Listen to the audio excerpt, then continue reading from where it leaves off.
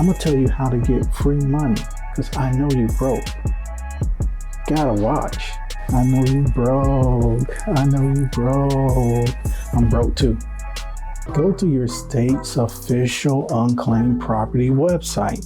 If you do not, you will get scammed and they will take your money and your private information. Every one of them has one.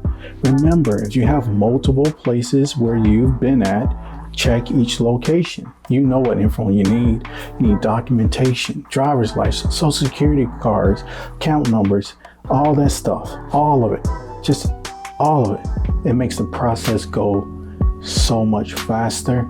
Don't go on a website looking for cars and property, because that's excluded. It's too big. You need, wait, that didn't sound good. You need to keep it to mostly cash, please. Mostly just cash. My first job thought they could hide that check from me, but boom, I got that $256 check. You can do multiple unclaimed properties at once. You just have to make sure you have the right documentation. The waiting period is usually about 30 to 60 days.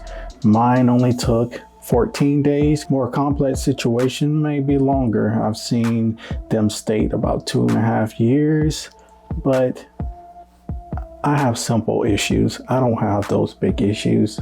Now you can claim deceased relatives.